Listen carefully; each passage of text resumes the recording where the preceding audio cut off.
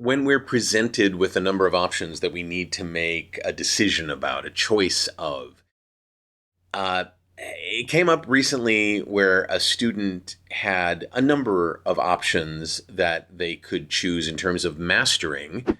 All of them were great, and they were really struggling trying to figure out which one to choose. And I had a potential solution that's a lot easier than they thought it would be. And I want to share that with you in this episode of the VO Heroes podcast.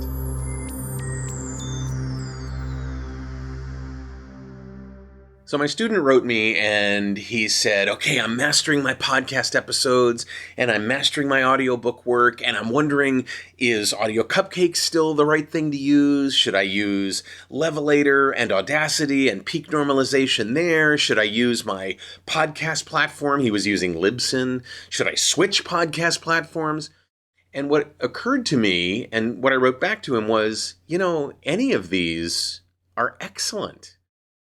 You could make this a whole lot simpler and not gnash your teeth over it. Just pick which one works most efficiently for you or is most convenient, because it's like, if you're choosing between something that kind of works, something that works fairly well but not as great as some of the best ones in the options, and one that works fantastic, well, there I can understand where you really need some help in choosing from all those. But if they're all up in the 99th percentile and you're basically choosing between one that's exactly the same as another or is designed to be similar to another, you're not going to get more listeners because you've shaved that one little piece, or you've chosen one that's in that same place. You're not going to have somebody remark out loud, wow, this really sounds great, compared to if they'd chosen some other master. They won't know. They don't know. They're listening for your content. And so I kind of want to give you, let you off the hook to a degree.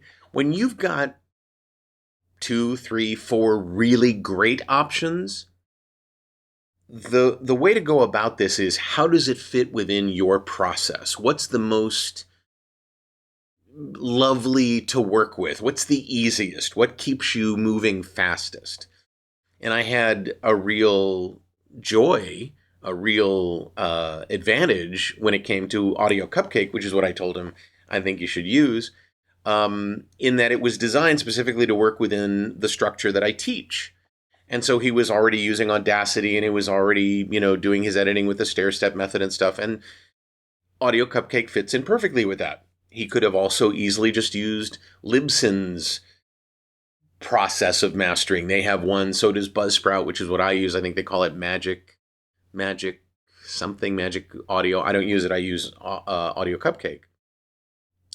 But I said, really, give yourself a break.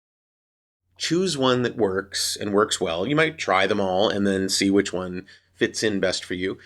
But don't beat yourself over the head to try and shave that nth degree, that 1/10%. Life is short. Have more chocolate. That's what I say. I don't know if this makes sense to you. I don't know if sometimes you get caught up in the whole notion of, I might make a very, very bad mistake if I don't choose the right one. When you're choosing between, some really great options, you kind of can't go wrong, right? Let me know if this is something that you've faced, and if it's something that you needed to be reminded of or whatever. And, enjoy the extra time you have by just going with one that you think is easiest, right? Hit the like button if you like what you're hearing here. Subscribe to the channel if you'd like. Hit the notification bell to find out when the next episode is coming out.